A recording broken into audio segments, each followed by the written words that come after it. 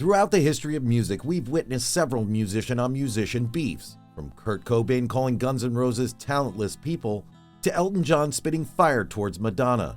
Anyone who lip-syncs in public on stage when you pay £75 to see them should be shot. However, some musicians have taken this one step further. They have written full songs to insult other musicians, sometimes leaving listeners unaware that the catchy tune they love is actually a diss track. From rap beefs to rock feuds, get ready to discover a whole new side to your favorite tunes. In 1970, Neil Young released the album After the Gold Rush, which included the famous song Southern Man. The questioning song somewhat attacked the politics in the South, with slavery being the main topic. The Southern rock band Lynyrd Skynyrd didn't appreciate what they heard and felt like Neil Young was blaming the entire South for the American slavery. As Ronnie Van Zant put it, "We thought Neil was shooting all the ducks in order to kill one or two." Their response, well, what about making one of the most beloved rock anthems of all time, Sweet Home Alabama? The lyrics of the song actually name-check and diss Neil Young straight out, with one example being, "Well, I hope Neil Young will remember, a Southern man don't need him around anyhow." What is interesting is that in 2012, in Neil Young's autobiography, Waging Heavy Peace, he recanted the song Southern Man, saying that, "I don't like my words when I listen to it. They are accusatory and condescending, not fully thought out, and too easy to misconstrue." In June 1965, when Bob Dylan was transitioning to electric music, his folk contemporaries began to comment on the frenzy surrounding the artist. Paul Simon was among the first to poke fun at it, writing the song a simple, desultory PHILIPPIC, which incorporated organ and psychedelic guitar sounds. The song was obviously meant as a parody of Bob Dylan, as Simon's lyrics also mocks Dylan's songwriting style by satirizing his tendency to include obscure lines and cultural references. In a Dylan-esque vocal affectation, Simon croons, "He's so unhip when you say Dylan, he thinks you're talking about Dylan Thomas, whoever he was, the man ain't got no culture." Although Simon admitted to Rolling Stone that he struggles to sound ironic, he clarified that the song was a satirical exploration of Dylan's persona and not a direct attack on the artist who he considers an inspiration. Simon acknowledged that Dylan's music is multifaceted, saying, "With Dylan, everything he sings has two meanings. He's telling you the truth and making fun at the same time." Released in 2002, Cry Me a River by Justin Timberlake is a classic pop hit. However, many people don't realize that the song is actually a diss track aimed at Timberlake's ex-girlfriend, Britney Spears. The two pop stars had a very public relationship that ended in 2002, and Cry Me a River was Timberlake's response to their breakup. The song features lyrics like, "You don't have to say what you did, I already know, I found out from him," which many speculate refers to Spears cheating on Timberlake. The music video also features a blonde woman who bears a striking resemblance to Spears, adding to the speculation. In fact, the video won the award for Best Pop Video at the 2003 MTV Video Music Awards. Timberlake himself has never confirmed that the song is about Spears, but the lyrics and imagery in the music video make it hard to deny the connection. However, Justin Timberlake later apologized for making Spears look bad after their split. Although Bowie tended to not feud with too many people, he did have one song which contradicted this. Teenage Wildlife is a, in my view, underrated track from David Bowie's 1980 album Scary Monsters and Super Creeps. While the song is often regarded as a commentary on the music industry and the concept of selling out, many believe that it was specifically an attack aimed at fellow British musician Gary Numan.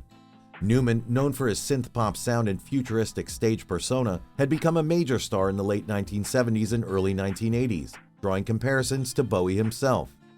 However, Bowie was not a fan of Numan's music, and Teenage Wildlife is believed to be a thinly veiled critique of Numan's career. In the song, Bowie sings lines like, "As ugly as a teenage millionaire, pretending it's a whiz-kid world," which some interpret as a reference to Numan's hit song Our Friends Electric, and his subsequent success. The chorus also includes the line, "You're just a little teenage so, which many believe is a mocking imitation of Numan's distinctive vocal style. Let It Die is a track from Foo Fighters' 2007 album Echo, Silence, Patience, and Grace. While the song's lyrics are open to interpretation, many fans and critics believe that it may be a diss track aimed at Courtney Love, the widow of Nirvana frontman Kurt Cobain and the lead singer of the band Hole. Dave Grohl has had a long-running feud with Courtney Love over the years. Not surprisingly, several Foo Fighters songs are rumored to contain unflattering references to Love, but Let It Die is definitely the most prominent one, especially after Dave Grohl in 2007 more or less admitted in an interview that this song is about her.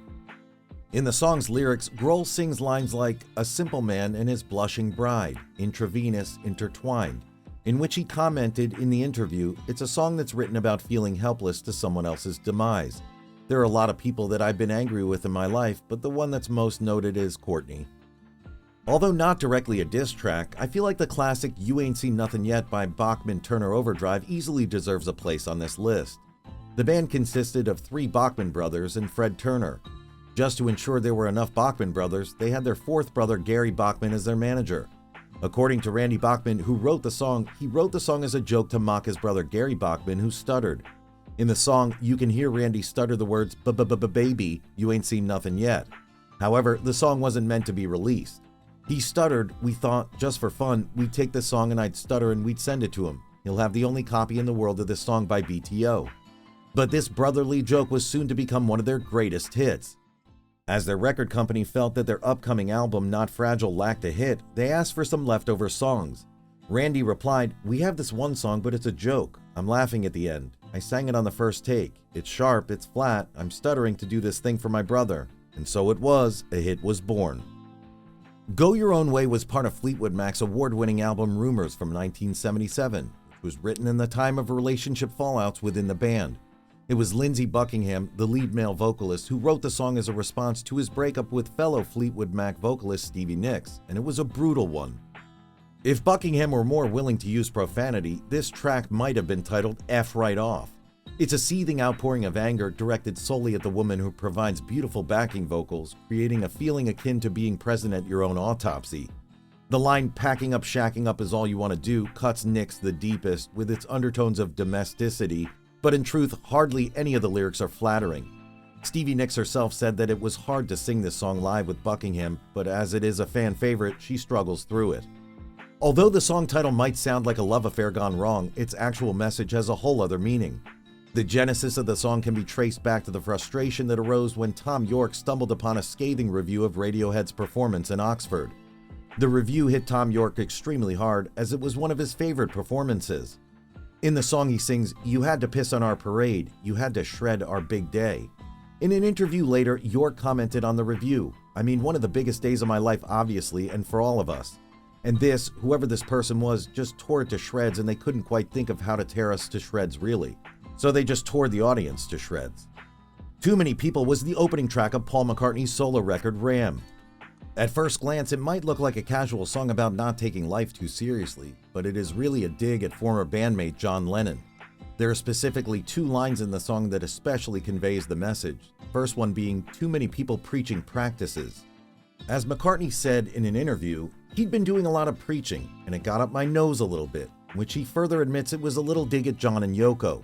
But the line that might have gotten the most of John's attention was, "You took your lucky break and broke it in 2, which basically can be interpreted as Paul telling John he ruined their lucky break by splitting up the Beatles. And let's just say that John Lennon took maximum offense from this song.